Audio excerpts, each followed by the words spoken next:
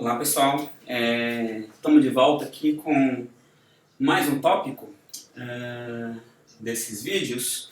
Nesse tópico a gente vai falar sobre problemas de otimização. Na verdade o que a gente vai fazer aqui é mais uma aplicação dos conceitos e das propriedades de derivadas de funções. Tá? O que a gente vai ter aqui é o seguinte: a gente vai ter um problema, um dado problema real, que é descrito por uma certa função, ou seja, que os ingredientes são os mesmos. Eu tenho uma função definida num certo intervalo, assumindo valores reais, e o objetivo é encontrar pontos ótimos. Esse ótimos aqui eu vou entender como máximos e ou mínimos de f no intervalo i, tá certo? Isso porque, eventualmente, essa função descreve um certo fenômeno em que, por exemplo, ter ou estar nas condições onde a função f assume máximo é de interesse para mim, ou de forma similar, onde a função atinge um valor mínimo também é de interesse para mim. Pelo fato de que buscar esses pontos ótimos é o nosso objetivo, a gente chama esses problemas de problemas de otimização, e o que a gente vai usar aqui vai ser as ferramentas que a gente desenvolveu no estudo de funções no contexto de derivadas, de primeira e segunda derivadas de f, tá certo? Bom, a estratégia a seguir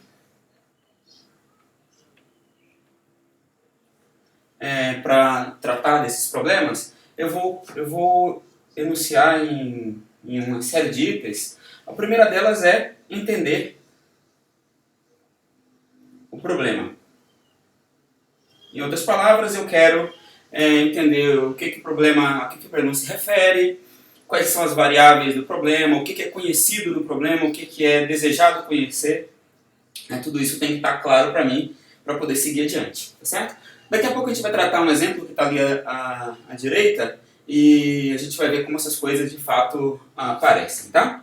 O segundo deles é modelar o problema. Em outras palavras, eu quero encontrar um modelo matemático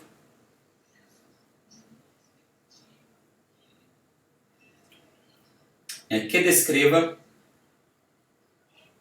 o problema. Tá? Em outras palavras, eu quero encontrar uma função definida num certo domínio que descreve para mim o fenômeno que eu estou estudando. Tá certo? Bom, o terceiro ponto, uma vez que eu entendi o que o problema pede e que eu consegui modelar, e esse aqui é um passo razoavelmente delicado que requer atenção, seja descrever o modelo ou expressar o meu problema em termos de uma função, tá? Então bastante atenção, na verdade é bastante atenção em todos os passos, mas nesse em particular, ou seja, se eu descrevo o problema com uma função que de fato não descreve, a coisa já não funciona a partir daí, tá certo? O próximo passo é encontrar extremos locais para f. Tá? Bom, eu quero modelar o problema. Aqui tem que tomar um pouco de cuidado. Quando eu falo em modelar o problema, eu preciso encontrar quem é f, encontrar f e seu domínio. Tá? E seu domínio. Ou seja, a função a princípio pode estar definida num domínio muito grande, mas essa função só faz sentido no meu problema num certo domínio mais restrito. Tá? Então isso tem que ficar claro também. Bom, o próximo passo é encontrar extremos locais para a função no domínio de interesse. Ou seja, o estudo de extremos que a gente já sabe como fazer, né? Buscar os extremos de funções mínimos e máximos locais, usando a derivada e o comportamento da derivada em vizinhanças de pontos críticos. só vai ser de interesse para mim aqueles extremos que estão dentro do domínio onde a função faz sentido. Tá? E o quarto e último é garantir que o extremo ou os extremos local ou locais obtidos no passo 3 são, de fato, globais. Em outras palavras, eu quero ver dentre esses extremos que eu obtive aqui, qual de fato que me dá a situação ótima, que é o que eu desejo encontrar, tá certo? Bom, dado esse roteiro, digamos assim, a gente vai lidar agora com um problema específico, que está dado nesse exemplo 1. Tá? O problema diz o seguinte: eu tenho uma rede de água potável, solução. Tá? Aqui uma coisa que faltou eu fazer um comentário é que, além de modelar um problema, grande parte das vezes é interessante que a gente consiga descrever o problema numa figura. Em geral, a figura vai nos dar a ideia de como descrever essa função aí, ou seja, de obter essa função f. Tá? Um exemplo prático é esse aqui. Vamos ver o que a gente quer nesse problema. Eu tenho uma rede de água potável. Na verdade, eu quero ligar uma central de abastecimento que tá. Eu vou fazer um desenho aqui. Essas duas linhas horizontais aqui eu vou entender como as margens desse rio que o problema descreve. Aqui no meio tem um rio. Tá? Então, eu quero montar uma rede de água potável que vai ligar uma central. Aqui está a central de abastecimento, que está situada a uma margem do rio. E esse rio, o problema me diz que tem 500 metros de largura. E eu quero ligar essa rede até um conjunto habitacional, que eu vou marcar aqui como CH. Tá? Um conjunto habitacional situado na outra margem do rio, a 2.000 metros de distância. Então, seja a distância entre esses dois pontos é 2.000 metros ou 2 km. Tá? Então, seja, eu tenho uma central no lado do rio, no outro lado eu tenho um conjunto habitacional e eu quero construir aí uma rede de água, né, para abastecer a população ali daquela região. A ideia eu sei que para construir, observa que eventualmente, fatalmente eu vou ter que passar por dentro desse rio aí com essa rede de água, tá certo? O que o problema me diz? O problema me diz o seguinte, olha só, o custo da obra para atravessar o rio, ou seja, para construir sobre o rio, é 5 vezes maior do que por terra, tá certo? Então, assim, construir aqui dentro é 5 vezes mais caro do que construir por terra. O problema pede o seguinte, olha, qual a forma mais eficiente de construir essa rede de água de forma a gastar menos dinheiro, né? Ou seja, eu quero ter um custo menor possível aqui, tá certo? Bom, aqui a gente, olhando para esse problema, a gente poderia pensar, bom, eu tenho várias formas de construir essa rede de água. Eu poderia, por exemplo, a partir daqui construir uma rede de água ligando diretamente ao conjunto habitacional sobre o rio, certo? De fato é o caminho mais curto, né? É uma linha reta, ligando esses dois caras. Só que, muito provavelmente, esse caminho não vai ser o mais barato, porque embora ele seja mais curto, construir por aqui é 5 vezes mais caro do que construir ao longo do rio. Bom, margeando o rio, né? Uma outra maneira eu poderia, eu posso, já que é muito caro construir sobre o rio, eu faço esse caminho, que é o mais curto possível para chegar do outro lado, e depois sigo aqui. Mas o que eu estaria fazendo a partir desse triângulo retângulo aqui, andando sobre os catetos, né? Primeiro o cateto, depois o outro cateto. Tá, aqui eu ando o mínimo possível ao longo do rio, mas só que eu tenho um caminho não necessariamente o melhor deles. Né? Uma terceira maneira seria eu vir até um certo ponto P, digamos aqui, do outro lado do rio, e a partir daí eu ando aqui ao longo da margem até chegar ao conjunto habitacional. Né? No fundo é isso que eu quero saber. O problema até que está me perguntando como eu quero minimizar o custo da construção dessa obra, é encontrar qual que é esse ponto P que faça com que essa construção destacada em vermelho seja a mais barata possível. Tá certo? Bom, aquilo ali me dá uma figura do problema, então eu ilustrei o problema aí com essa figura.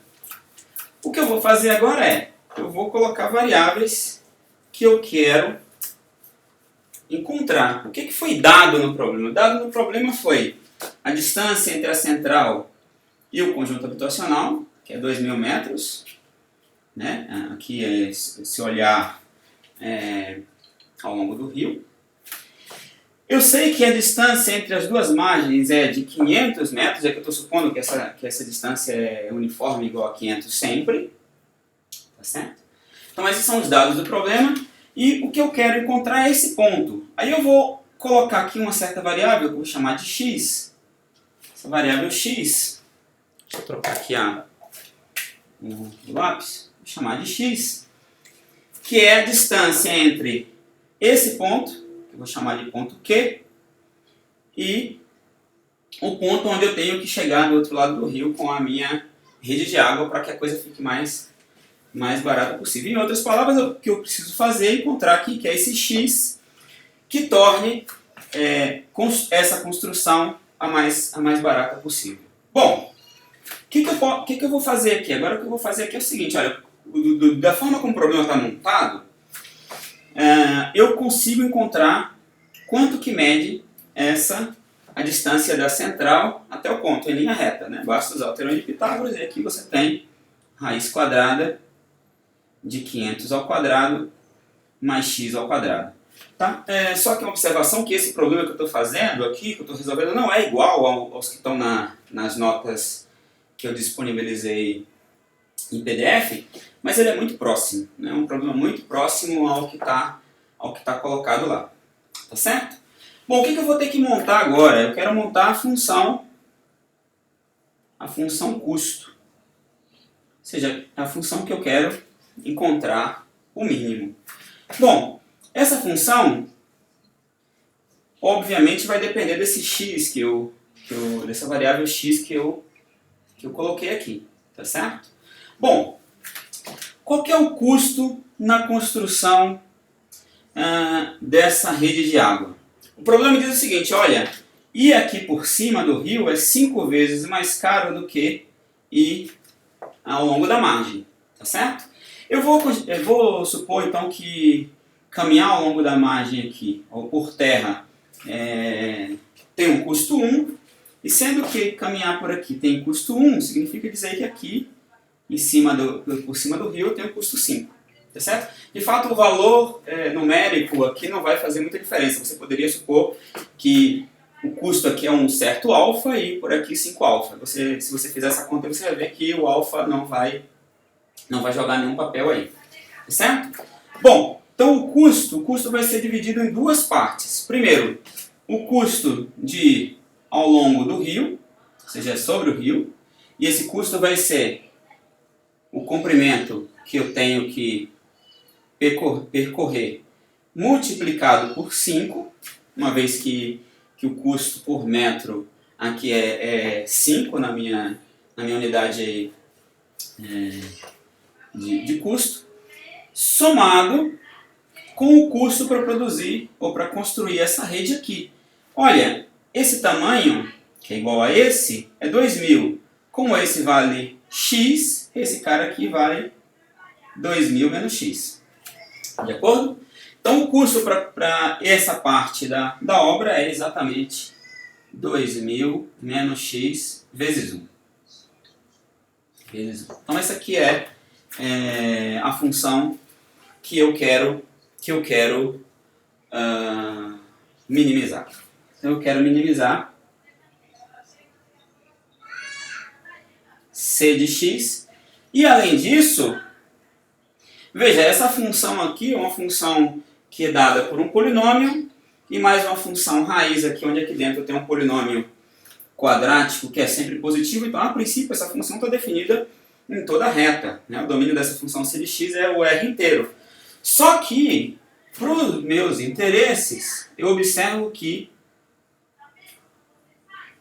a região onde eu tenho que estudá-la é entre 0 e 2000. Né? Eu não espero ter que ir em algum ponto fora do ponto Q até CH, né? que é a central, que é o conjunto habitacional. Ou seja, obviamente esse x está entre 0, que significaria dizer vir aqui perpendicular à margem e depois seguir aqui, ou 2000, que seria ir diretamente até a central de abastecimento, o conjunto habitacional, sem passar por terra. Certo? Ou seja, o domínio da minha função é esse aqui, esse domínio que me interessa. Bom, o que eu tenho que fazer agora? Encontrar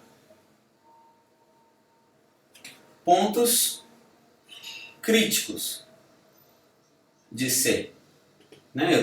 De C de x. O que eu tenho que fazer é achar os pontos extremos locais, portanto eu tenho que passar a encontrar quem são os pontos críticos da função, de novo dentro desse intervalo de 0 até 2000.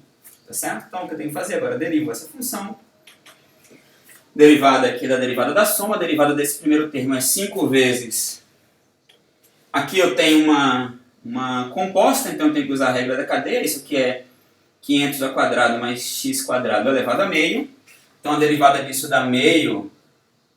500 ao quadrado mais x quadrado elevado a menos meio vezes a derivada da função de dentro, que é 2x, mais a derivada desse negócio aqui, que é menos 1. Certo? Isso aqui vai dar 2000, derivada de 2000 é 0, menos x, derivada de menos x, menos 1.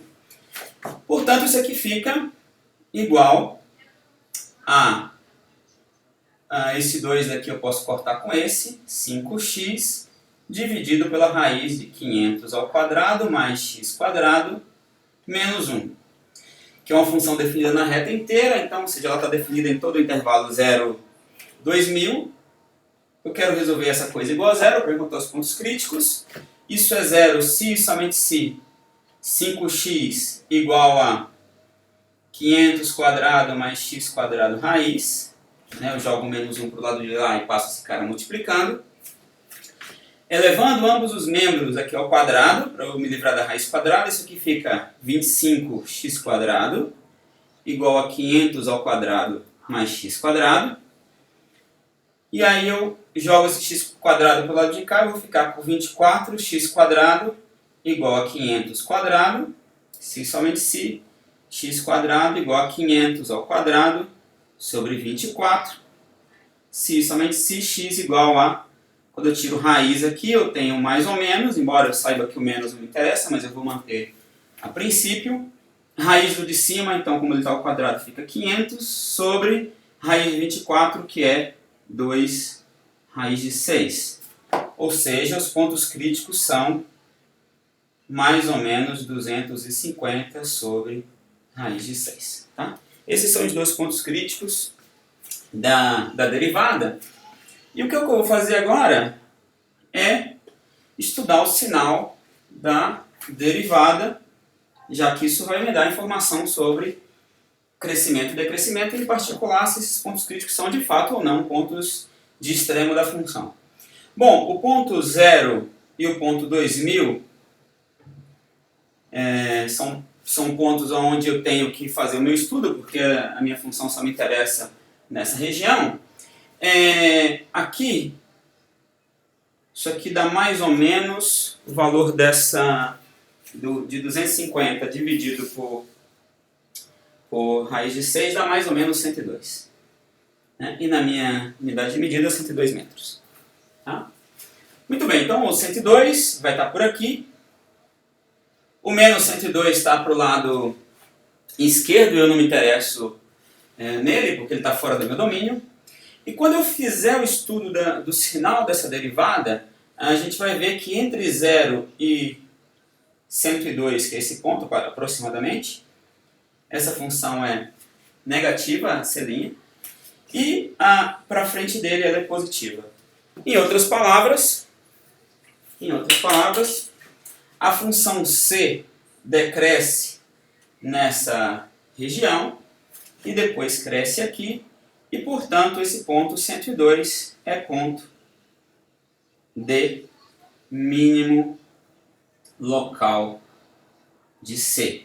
Tá? E observa que pelas características do problema, eu estou entre 0 e 2000 e eu sei que de 0 a 102 a função decresce, e depois, a partir de 102 ela cresce, eu tenho, pelas condições do problema, temos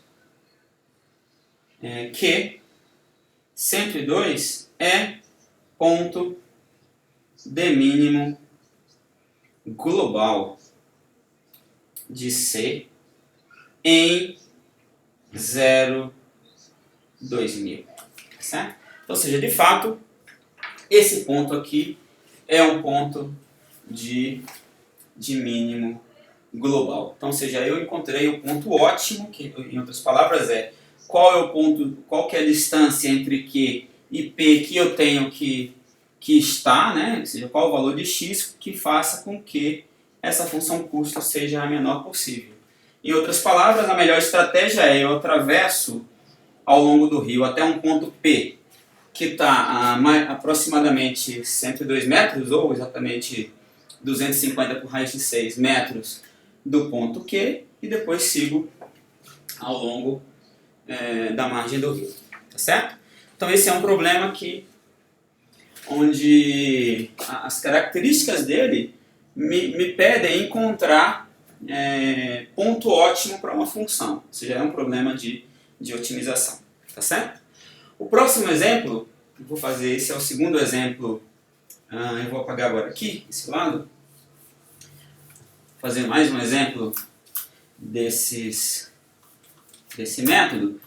Os problemas que estão na lista ou no arquivo em PDF são outros, né? São outros além desses que eu coloquei aqui, então eu recomendo a vocês que refaçam, né? Estudem eles, entendam o que o programa está dizendo, modele a função, tente resolver primeiro e depois vocês vão e vejam que se a conta que vocês fizeram está de fato certa ou não, e se não tiver, vocês corrigem ali usando como base as notas em PDF. Tá bom? O exemplo 2